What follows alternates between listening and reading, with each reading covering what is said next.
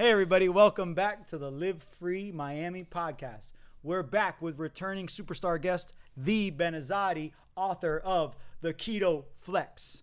Now Ben, correct me if I'm wrong, but in this book you talk about eating keto and flexing all day long. Yeah, that's a requirement. Oh, is it If really? you're eating keto, you got to flex at the same time. That's the secret to fat burning. It sounds pretty good. Can you expand a little bit on what keto flexing is so the audience knows exactly why you're a best-selling author? Yes, John. Thanks for bringing me back. I love you, bro. Good to see you again. My pleasure, brother. Anytime. So, yeah, the principle of the book is mimicking kind of what our ancestors did. Our ancestors all did keto. They were all in a state of ketosis, meaning keto. You mean there wasn't donut shops everywhere? There wasn't donut shops. Oh, We weren't getting bribed to get Krispy Kreme donuts. Probably not.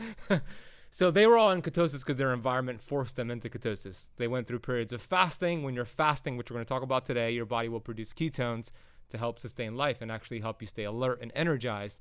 But at that same token, they didn't stay in ketosis long term. Whenever they had the opportunity, they flexed out. They went ham. They went ham on the honey, on the tubers, on the carbohydrates. So that's the principle behind the book, keto flexing, using keto as a tool to reduce inflammation and teach your body to burn fat instead of sugar, like we talked about in the previous episode, but then flexing in and out according to your unique needs. How'd you figure this out? Because I know you used to stay in keto. Like your thing was, I'm staying in keto, but now you're coming in and out. What caused that shift? We both did, actually. Remember when we were doing the keto strips? I could never get there. You were always in ketosis. I'm like, I still haven't hit ketosis yet. That was in 2013 or Damn. 14-ish, where the strips were like $7 a strip. They get messed up on a strip, and you were using my strips too. Well, I mean, I only did it once a day, so I was like, That's true, yeah. It's probably not a good idea. And I learned a lesson because I was dogmatic, right? Same thing when I was a vegan. I was dogmatic about it, even with keto. Dogmatic. Now, I've heard that my whole life. Can you explain what that means? Dogmatic? Yeah, that means you are set in your ways. Your ideas are closed off to anything new, and you think you know it all. And you're saying, I already know that already. Like, my way is the right way, and there's no other way to do it. So you put yourself in a box. And you can't learn anything And new. you're not willing to. Right. You're not open to learning anything new. So you're being dogmatic. You're in a box, right? So I was in a box about keto. And I bonked a lot doing the CrossFit workouts here. I used to have to get my electrolytes out. But then I learned along the way. Sure. I learned that, maybe I shouldn't be in ketosis all the time, because when I started to flex out of it, accidentally, by just having like whatever it was, carbohydrates, I actually felt better. And then I started to get into the research, and I realized this actually could be a more beneficial way to do it. And it's more sustainable too. Yeah, and I think that's the benefit of experimenting on yourself, is that you kind of learn the ins and outs, and you can help people avoid the common pitfalls that you go through by doing it on your own. Exactly. Yeah, and I think that this is one of the better books on keto, because I've read a couple books on keto, and they're very dogmatic. They don't talk about flexing in and out, and they almost demonize carbs. And I don't know about you, but I've noticed humans, and naturally, when you demonize something, they want it more. Yeah. When you tell them they can't have it, they want it more. So it's good when you have a system that allows you to come in and out, because then you get to see the benefits of being in it and the benefits of being out of it. Exactly. And I think that brings me to what I really wanted to talk to you about today, because you hear about it all the time and you hear about people doing it, but you may not know exactly what it is or how to do it correctly, and that's fasting. And the reason I brought you on is because you were the person that I first met that started talking about fasting. And you were an authority. You are an authority on fasting, because you've done intermittent fasting. You've done 3-day fast. You've done water fast. You've fasted pretty much almost every single way possible. So I really wanted somebody who has experience and who can talk about how to do it correctly, what it is and why it is for our audience, so they can really get an understanding of how to implement it correctly. So maybe you can start off just what fasting is. So fasting is something that you technically don't do. You just don't eat food, right? You're fasting from food. You could fast from cigarettes. You could fast from porn. You could fast from other things. But this is the topic of fasting from food. And it's the same thing with keto. It's been around since humans have existed. So it goes back to our ancestral roots. And I've discovered that every single one of our trillion cells are hardwired for these feast-famine cycles. We're designed to feast when we're eating, eat healthy, of course, and then when we're not eating, allow our body to tap into our fat stores and go into a fasted state. So all it is not necessarily eating less. A lot of people think it's about cutting calories and eating less, but it's really about eating less often. You have your eating window, you have your fasting window, and that follows the cycles of really what our ancestors did. So that can mean something as simple as just going maybe 14 hours without food and then having more of like a 10-hour eating window. And you could have 2 or 3 meals within that eating window. But what happens when you're in a fasted state, so many benefits. A lot of people come to fasting, John, as you know, because they want to lose weight. I want to use fasting to lose weight. And it could be a really powerful weight loss tool, but it helps you lose weight because it helps you get healthy to lose that weight, because we don't lose weight to get healthy, right? We get healthy to lose weight. So when you're in a fasted state, the body thinks, oh crap, we are going through this famish right now. It doesn't know about Uber Eats or DoorDash or Whole Foods. It thinks that we're actually in a famine. So 16 hours into a fast, these physiological processes happen. Number one, the body activates this sympathetic tone. It activates cortisol, glucagon, human growth hormone. And this is the body's way of literally pumping itself full of energy and focus and clarity so it could go out there and hunt and kill. But the best hack is that we could use that energy to just crush a workout, to crush a podcast, to crush a sales call, to read a book, and just have intense focus and alertness. That's one benefit. I'm going to go into some more. Or do you have a follow-up? Well, I was going to say, you wish you'd have told me that earlier because I ate before this podcast. I actually ate before the podcast. I should have been fasted. Although I did Murph fasted today. Oh, you did? And I felt good. Yeah, there you go. Yeah, that's impressive because that's an intense workout in the fasted state. Well, I did have coffee in the morning. Yeah. Does coffee break your fast? So it'll break a traditional water fast, meaning it'll push your body towards a certain direction. With that being said, you could still get most of the benefits from a fast and have your coffee, but the only way to know is to check your glucose right before you have it, 30 minutes after. If you see glucose rise more than 5 points, then it's breaking your fast. But if you see it stay the same, then you're good, and it's different for everybody. And how do you test your glucose? I use a Keto Mojo. Yeah, you can always use a CGM, continuous glucose monitor. That's like the best device anybody could get for their health, by the way. Really? Have you ever experimented with the CGM? No, tell us more. It's a continuous glucose monitor that you put. It's just you don't have to prick your fingers like a. No, I've seen like diabetics wear it. Exactly. Yeah. So I wore it for 60 days last year. You just put it right there on your arm, just one little poke for 14 days. You scan your phone and you get immediate look at what your blood sugars are doing 24/7. Wow, that's cool. It doesn't look like it's expensive either. It looks pretty low technology. It is low technology. So it depends. Sometimes insurance will cover it, especially if you're diabetic, but the issue is that they're probably going to require a prescription. Yeah, and they probably want your glucose at 150 or something. They want it to be too late where you actually really you're in trouble. Exactly. They don't want you to be preventative, right? Because one thing that I think the audience needs to understand is that diabetes doesn't happen overnight. Yeah. It takes 10 to 20 years of constant glucose or insulin resistance, correct, glucose problems. And then when you start to see your glucose going up, then that's when you're in trouble. Yeah. And it's going to take a long time to get it back to where it needs to be. Luckily, it's possible to reverse it if you're monitoring it. And I think that's why people need to assess themselves on like a yearly basis, or maybe even every 6 months.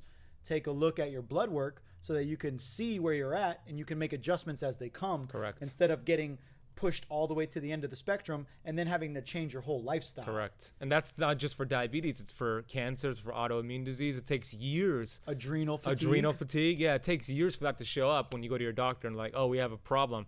Well, that could have been happening 10, 20 years ago, to your point. And Most if you likely, could, and Einstein said, and I put this in my book, when intellectuals solve problems, geniuses prevent them. Nice. Right? So we want to be geniuses here. So having a CGM is one of the best ways to be a genius because it tells you exactly what's going on with your physiology. Even keto foods could actually spike somebody's glucose really high if they have a sensitivity to it. Right, because everybody's different. Everybody's different. And you won't even know that unless you're actually looking at that glucose. So ideally, you don't want your glucose to go up more than 30 points after a meal. If it does, there's research that shows it's damaging your arterial wall. It's creating these advanced glycation end products, and it's pretty much aging you faster. But how would you know if you're not testing it, right? So a CGM is a great way to do that. Yeah. The issue is that it's hard to get it these days, but you can talk to your doctor. What I would recommend to your audience, talk to your doctor and say, look, diabetes runs in my family. I want to be preventative here. No, that's not true. Diabetes doesn't run in your family. Nobody runs in your family. Nobody runs in my family, so we have diabetes. No, I'm just kidding. Not yours. I know. In general. I know what you're saying. Yeah. I've seen that meme, by the way. It's a good one. So yeah, I would have that conversation and say, look, I'm worried about getting it. You know, somebody in my family had it, and I want to get a CGM. Sometimes I want to get ahead of the curve. I want to get ahead of the curve, and your insurance should cover it. Now, if it doesn't, How much does it cost? It costs about $140 every 14 days. So it's a little over $200 for the month. So it's like going out to eat once a week in Miami. Exactly. In Miami, exactly prices. So you don't have to wear it for months, but just spending $220, $240 for 1 month of data. Investing. Yeah, because health is not an expense. It's an investment, right? And 1 month of that gives you enough data for you to really understand what's happening with your body. Could literally add years to your life and quality of years. Exactly. We spend money on stupid stuff. Why don't we spend money on monitoring our health instead of having a doctor who sees 40 patients? They're not responsible for your health. Correct. You're responsible for your health. You can get your blood work done. You can check your saliva. You can wear the glucose monitor. You can check your resting heart rate right now. And those are all ways that you can kind of quantify where you're at on the health spectrum. And then from there, you can begin to push yourself to where you want to be and make those changes. But if you wait and then you get hit with a 140 glucose, now you have to cut out every single carb. And that takes a toll on your body too. It's like I've had friends who were heavy drinkers, and when they tried to go cold turkey, they had strokes because their body was so used to that stimulus. So it's better to be out of the head of the curve. Yeah, well said. Yeah. So go ahead. Sorry. I was gonna say we could relate that to fasting, because a lot of people are eating every 2 to 3 hours. They're couch potatoes or whatever, and then they say, "Oh, I heard about fasting, and I'm gonna do a 24-hour fast tomorrow," and it feels like you've been hit by a truck, because fasting is like a muscle that you develop over time. So it's important to lean into fasting very slowly. Same thing with keto. And it gets started by just eliminate the snacking. Here's a crazy stat. One of the doctors in my group, Dr. Don Klum, he's a chiropractor. He surveyed hundreds and hundreds of his patients. He wanted them to write down every time you ate something, snack, anything that raised glucose and insulin. And out of the surveys, he estimated that the average person in his group, the average American essentially, is eating 17 to 23 times per day. That's me sometimes. Swear to God. Yeah, but you know what the benefit of you doing it is that you're constantly burning it off. Right. But the average American is not doing what you're doing. You're active all the time. So that's the cool thing about somebody who's active like you. You could burn down the sugars. It gives you a window. But if you're sitting on your butt all day, then it's a big problem. Well, you made a really good point earlier. And I think that we get so stuck on thinking that fasting is a diet. It's not. It's not eating. But it's also not eating less. You should still eat what you're supposed to eat, and it depends on your activity level. So if you're 200 pounds and you just did Murph, which is about 45 minutes of a workout, you're probably going to burn at rest 2,000 to 2,500 calories. Add in your workout, that's another 600 to 700. Add in the non-exercise component of just walking around, and you're up 3,000 to 3,500. If you fast and in that window you only eat 1,000 calories, you're probably actually going to do damage to your body because you're not eating enough. And then if you don't eat enough, your body's going to have to catabolize. You'll end up losing muscle, and you can lose organ. Like your body will eat away at muscle. Yeah. And then if you don't have muscle, it'll eat away at organs. And that's where malnutrition comes in. So I think what we need to really clarify is that you need to still eat a lot within that window that you're eating. So you said feast. So how does somebody like you who's so experienced with fasting, what do you use to get those calories? What do you use, like a lot of fats? Do you lose a lot of protein? Or what's a strategy you use to get in a lot of calories in that window? It's a great question, because the feasting is as important as the fasting. A lot of people do too much fasting, and to your point, they become catabolic. And when the body is done getting rid of the bad stuff during a fast, guess what? It needs to get some energy so it'll go for the good stuff, the organs, the muscle, etc. Now, if somebody's really obese, they have a lot of room to work with. They need more fast than feast. True. But so it's always going to be different on the person. So your question was, what should they focus on when they're eating? Protein. Protein is the most important thing to focus. Even on keto, by the way, I make protein essential. So 40 to 50 grams of, I know you believe in that, 40 to 50 grams of animal-based protein at your meals, which is like 8 to 10 ounces of protein at the minimum, I think. Of course, if you have more muscle, you have more flexibility with that. But protein should be the priority. Fill the rest with fat so that you're satisfied, and then minimal carbs to keep that glucose low if it's going to be a keto day. Yeah, and when you say minimal carbs, are vegetables included in that? Yeah, non-starchy green leafy vegetables are important. Yeah, absolutely. So if you want to be in ketosis, then ideally you want to keep your total carbs below 50 grams, And out of those 50 grams, you want those green leafy vegetables, non-starchy vegetables. It'd be hard to eat 50 grams of greens, right? It will be. Yeah, exactly. It's like 7 bowls. Exactly. Yeah. So you can get away with eating a lot of vegetables. You just can't throw in bread. Exactly. You can't throw in a little bit of sugar in your coffee or anything like that, because it could really throw you out. It'll kick you out probably. Yeah. It'll kick you out. So we know what fasting is. Maybe you could elaborate on why, because you talked about health benefits earlier. There's something within the fasting community I've heard before called autophagy. Can you explain a little bit about that? That's my favorite benefit of fasting. So when we think about cancer in America, 1 out of 3 women are diagnosed with cancer in their lifetime. That's the stats according to the CDC. For men, it's 1 out of 2. So out of the 3 men here, right, according to the stats, a couple of us might get cancer in our lifetime, right? Not us, because we're being proactive, but in general. So how can we prevent that? Well, fasting has been proven to be one of the best ways because of this process called autophagy. So autophagy, the Nobel Prize winner, won it in 2016 for his breakthrough research in autophagy. The Greek definition of autophagy is eat thyself. So think about the body when it's going through that fast, and it's thought that somewhere between 16 to 18 hour mark of a fast, this happens, the beginning point of this. The body's thinking, oh, we don't have any food energy, so we need to get energy from somewhere. Let's go look for energy in the body. And it looks for damaged cells, proteins, fat, and mitochondria. So the analogy that I always give, John, is a picture of a refrigerator, right? We open up this refrigerator, and we have all these groceries in it with expiration dates on them. What would happen if we let all the groceries inside of the fridge expire, but instead of throwing them into the trash, we kind of just shove them towards the back of the fridge, buy fresh groceries. It's going to be nasty. It's going to be disease, a toxic environment, right? Right. The body is like that refrigerator. Out of the 70 trillion cells in the body, 70 billion of them need to go through this recycling process to get rid of these expired cells. And that's what autophagy does. It's this innate intelligence within us that literally seeks for damaged cells and proteins and mitochondria via autophagy. And it starts to clean out the cells, like intracellular Pac-Man, looking through your cells, cleaning it out. Trash. Exactly. Trash, fixing this part. But also it goes a step further. If it has determined that a cell has no function, what's called an immunosuppressant cell, senescent cell, some people call it zombie cells, no function, it's just creating inflammation, it's duplicating, leading to a cancer cell, right? Then the body looks at that, oh, we can't clean this out, so then it actually gets rid of that cell altogether via apoptosis, programmed cell death, and then it produces a stem cell, which is a new cell that could be for a liver cell, a brain cell, and all of this is happening during a fast, and we're just not eating food. And the last point on this is Dr. Thomas Seyfried, who wrote the book Cancer as a Metabolic Disease. He's a doctor from Boston College. He said in his book, John, if you completed a 7-day water-only fast just once per year, you would reduce your risk of any cancer by 95%. Wow. Because of autophagy. So you're just drinking water for 7 days. Water and electrolytes for 7 days. Yeah, and the reason he saw that is because he literally saw tumors in his patients shrink before his eyes when they achieve this maximum autophagy ratio. And the way to calculate it, it's a little bit scientific, but you're taking your glucose during the fast and your ketones.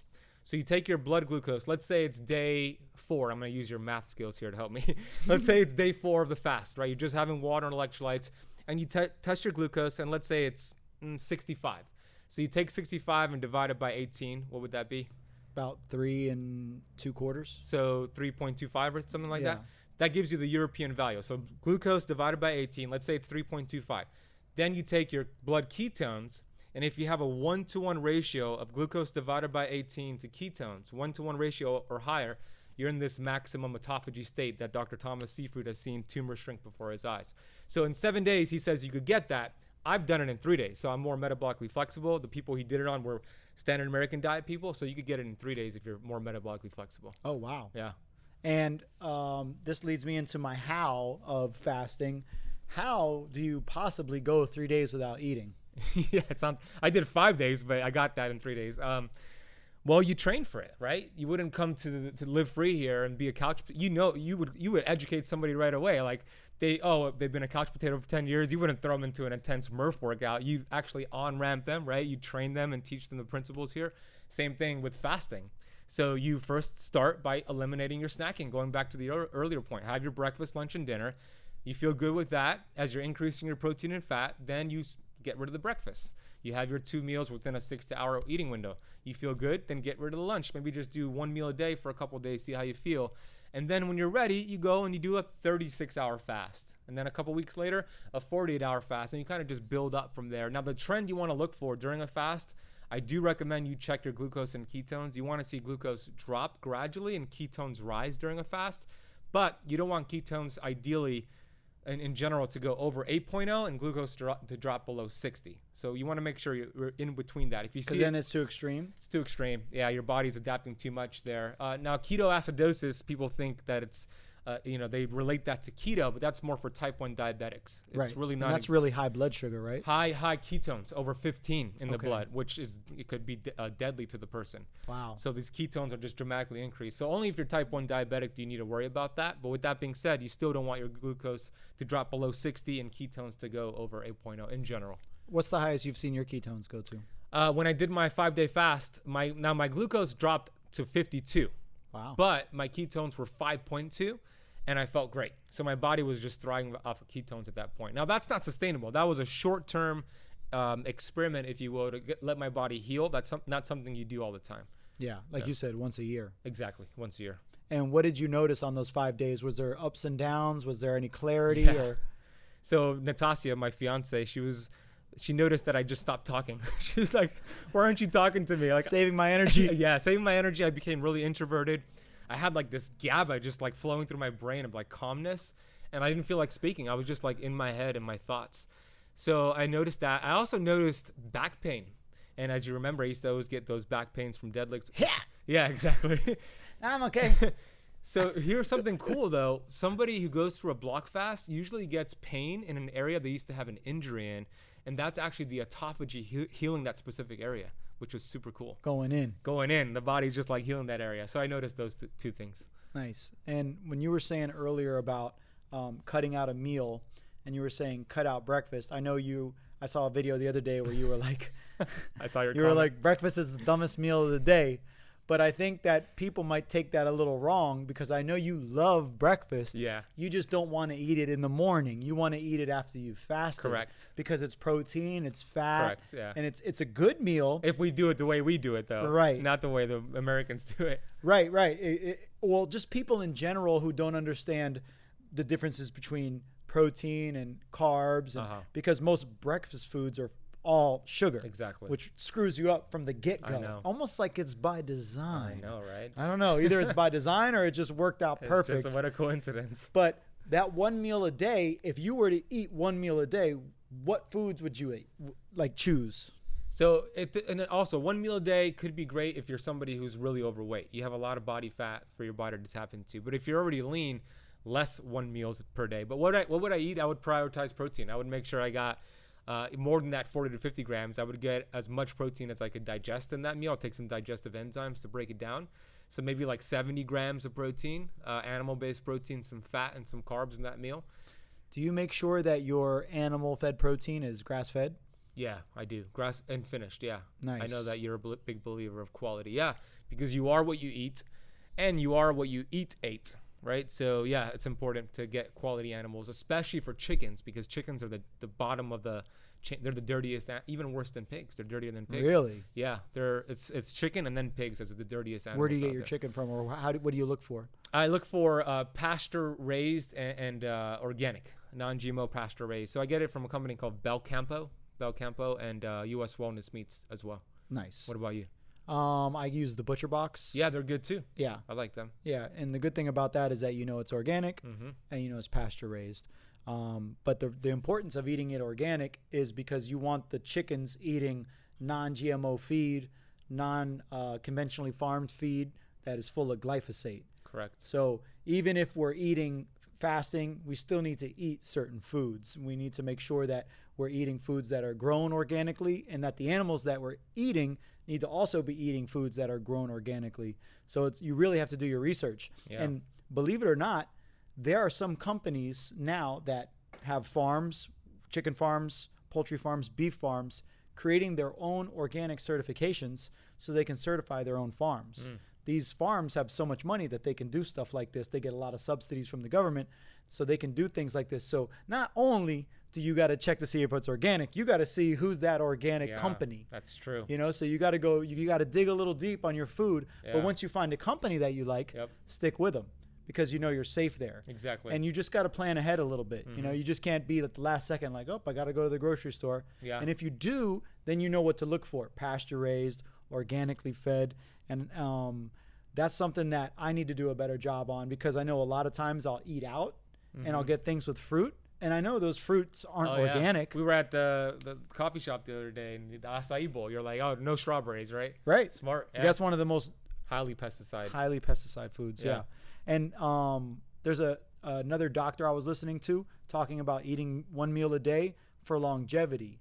So maybe you could elaborate a little bit on why eating less meals leads to longer lifespan. Well, I mean, when you look at the studies out there for longevity, they all say caloric restriction extends life. But you feel miserable, and you can actually shrink your organs, like you were talking about earlier. There was this project called the Biosphere Project. That movie Biodome, remember that movie? Yeah, with Pauly Shore? Yeah, it was based off of that study. No way. Yeah, it was.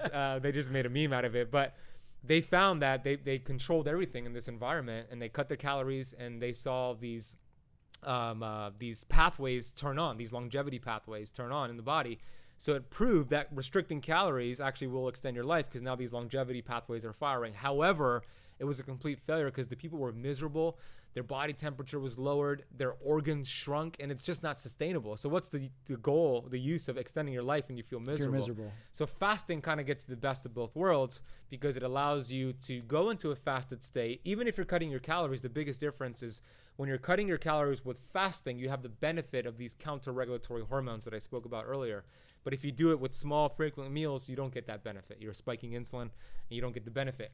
So OMAD, and cutting your calories, or I should say eating one meal a day. What's OMAD? OMAD is 1 meal a day. Okay. Isn't that what you asked? 1 meal? Yeah, I just didn't know there was a acronym for it. Oh, yeah. So OMAD is the acronym. So what that does is essentially it's getting more autophagy, and you're reducing inflammation. And all roads, as you know, John, lead to inflammation. If you could lower inflammation, you're going to extend your life. But the problem is this: people fall in love with OMAD, 1 meal a day. People fall in love with fasting, like myself. And they do too much of it, and too much of a good thing ends up being a bad thing. So you could weaken your immune system. You could eat away at hard-earned protein and muscle when you do too much fasting and too much OMAD. Yeah, you don't want that. Never. Especially you. Never. Yeah.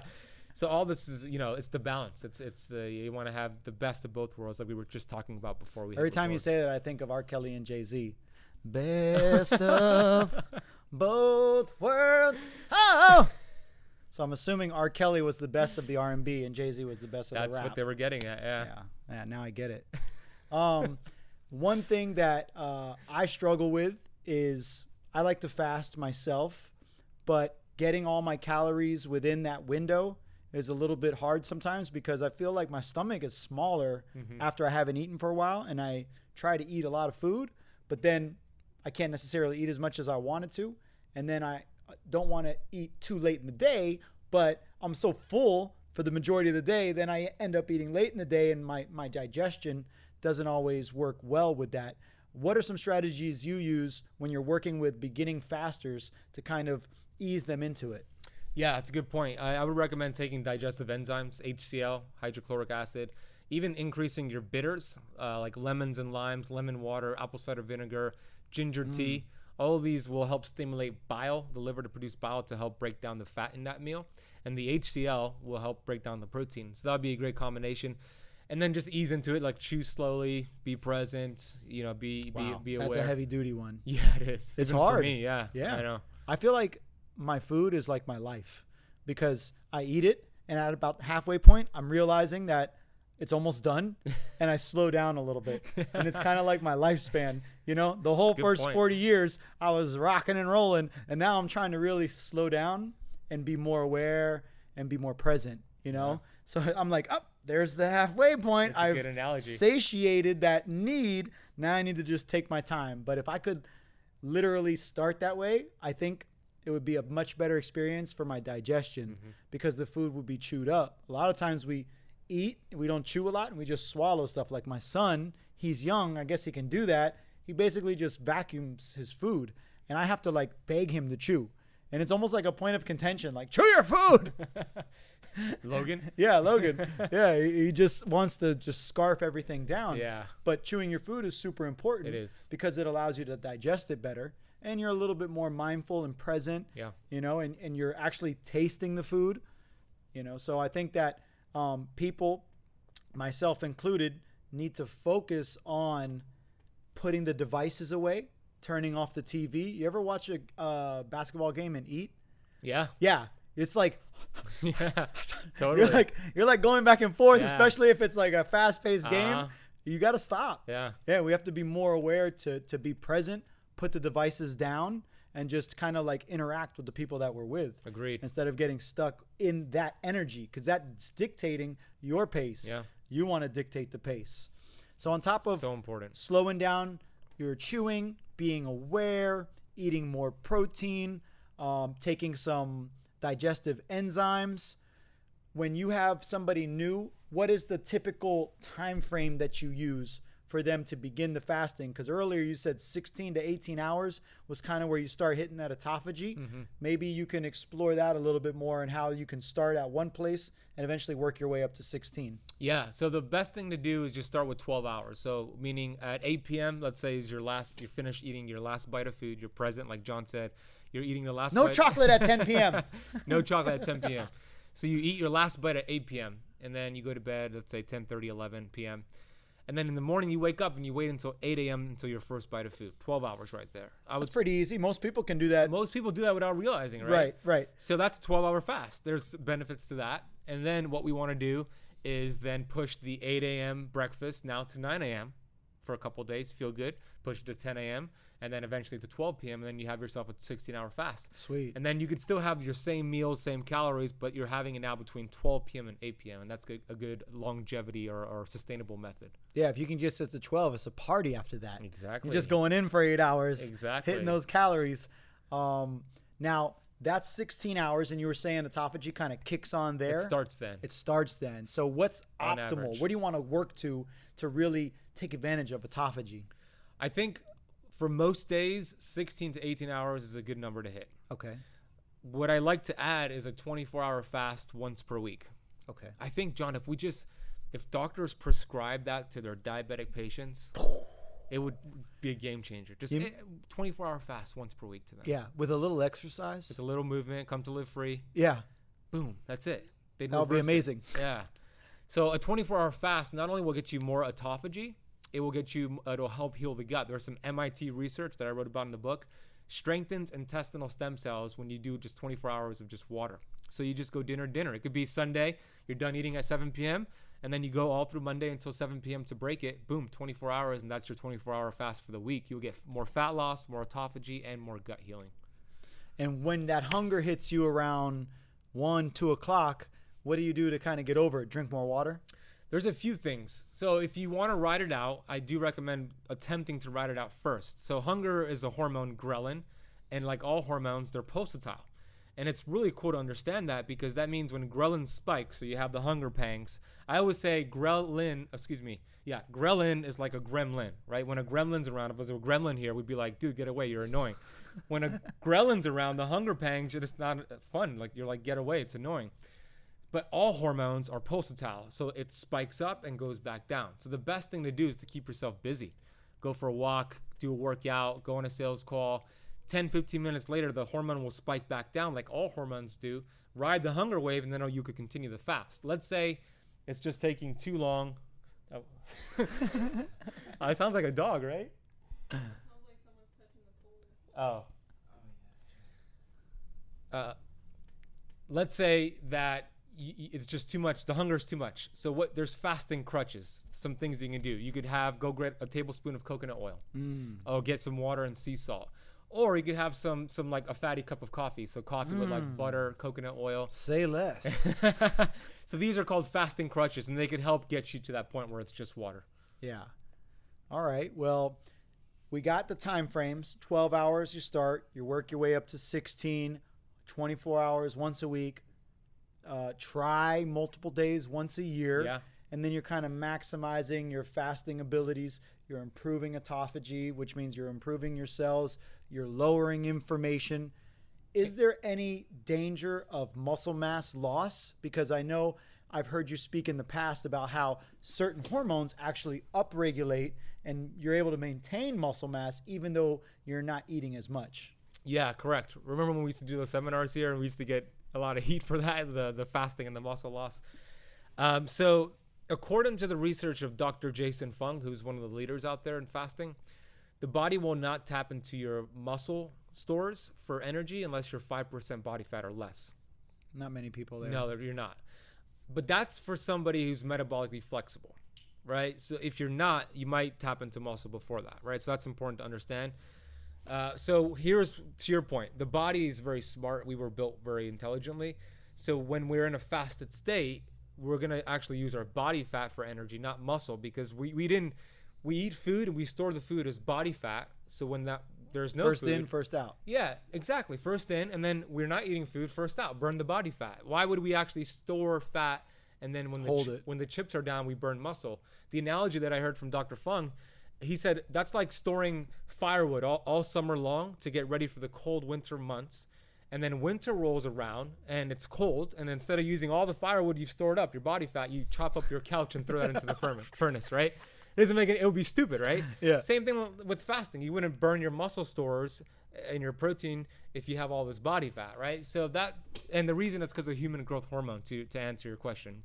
Some studies show a 24-hour fast in men will raise human growth hormone 2,000%. Wow. And in women, 1,300%. And we know human growth hormone is muscle building, muscle preserving, anti-aging, and fat burning. And people pay thousands of dollars to get it injected. You get it for free with fasting. Wow, that's powerful. Yeah, and then when I'm fasted and I work out, I feel better than when I work out after breakfast. Why is that?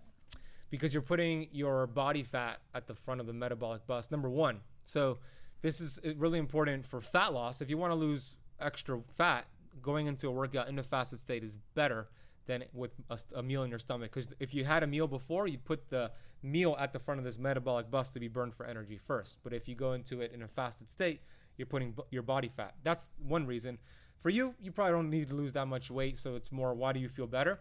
Well, think about it. It takes a lot of energy and resources to digest food. You take blood flow away from the brain. You have all these properties, digestive enzyme properties taking place, and it's a massive process to digest just one meal. But if you're going into a workout now, you didn't eat the meal, now you're diverting all of that energy, all the blood flow to the kettlebell, to the dumbbell, to the workout. So you're just having all that direct energy being diverted there, number one. And then number two is those counter-regulatory hormones are also activated. Yeah. Yeah, because I've noticed that there's a big difference between when I haven't ate and when I ate. Me too. I feel heavy, I feel sluggish, and I don't get the same clarity as I get when I'm working out, and I don't hit that same workout high that I like to hit. So I guess this means that you should really work out in the morning when you're fasted. Yeah, that would be the best time to do it. Yeah, and on top of that, when you work out at night, you're releasing all of the hormones that wake you up. Mm-hmm. So if you work out too late, it could ruin your sleep. If you don't get enough sleep, you make bad food choices the next day. Correct. You have poor blood sugar, and you can't build muscle. Mm-hmm. So working out at night is actually counterproductive to being as healthy as possible.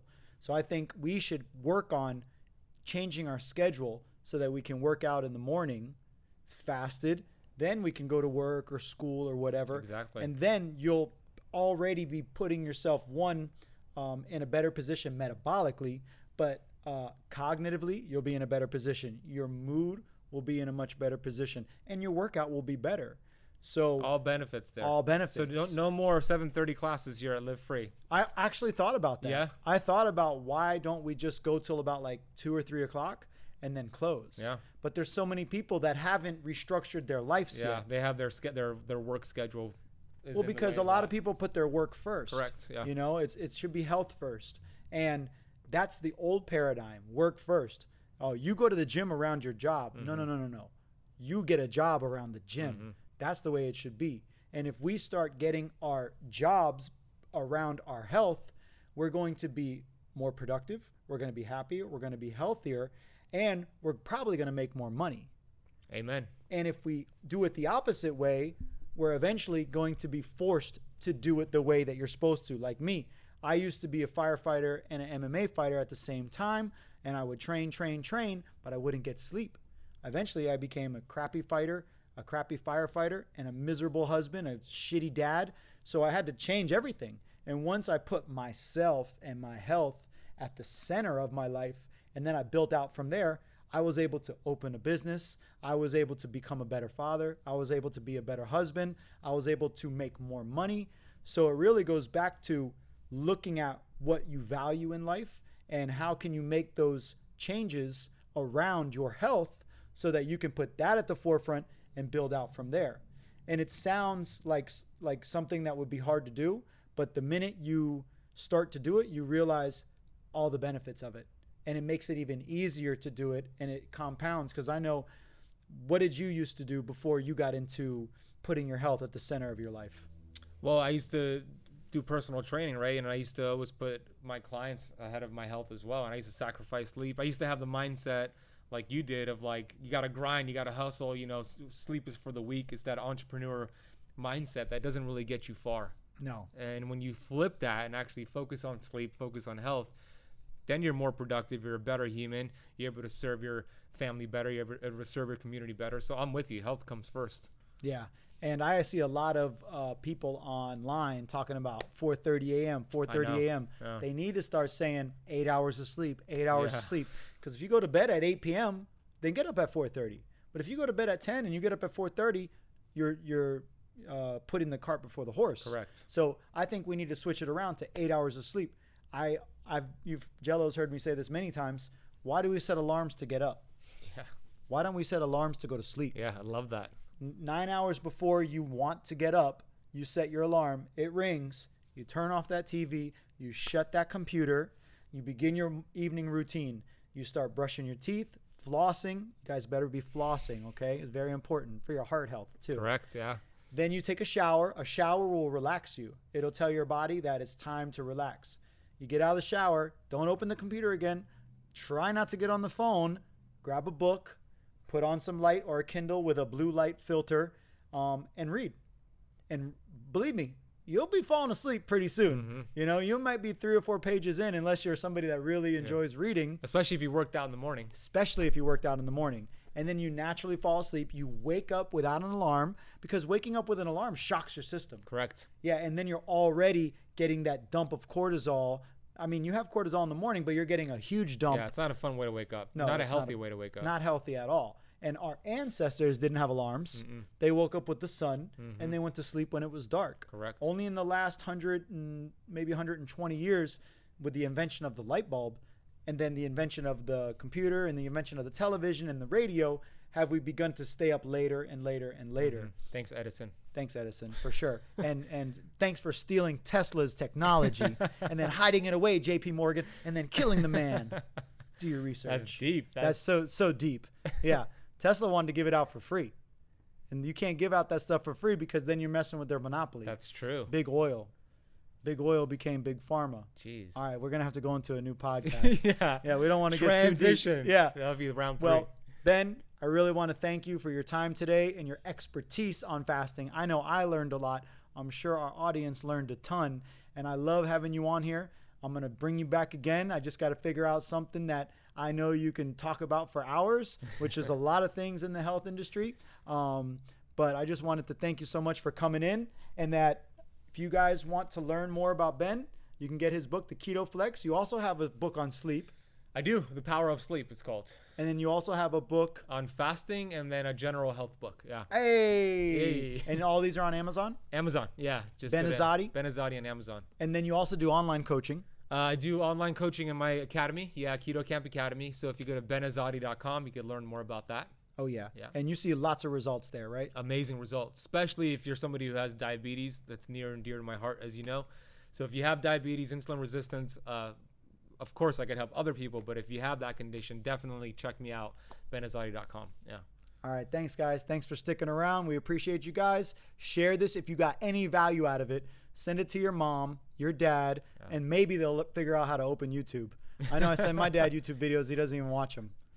See you guys on the next one. And leave it a rating and review because it helps the podcast. Because I know you're loving John Kelly. He's the man. So thank you, John. And loving our guests too. Thanks, man. Thanks, bro. Bam. Boom.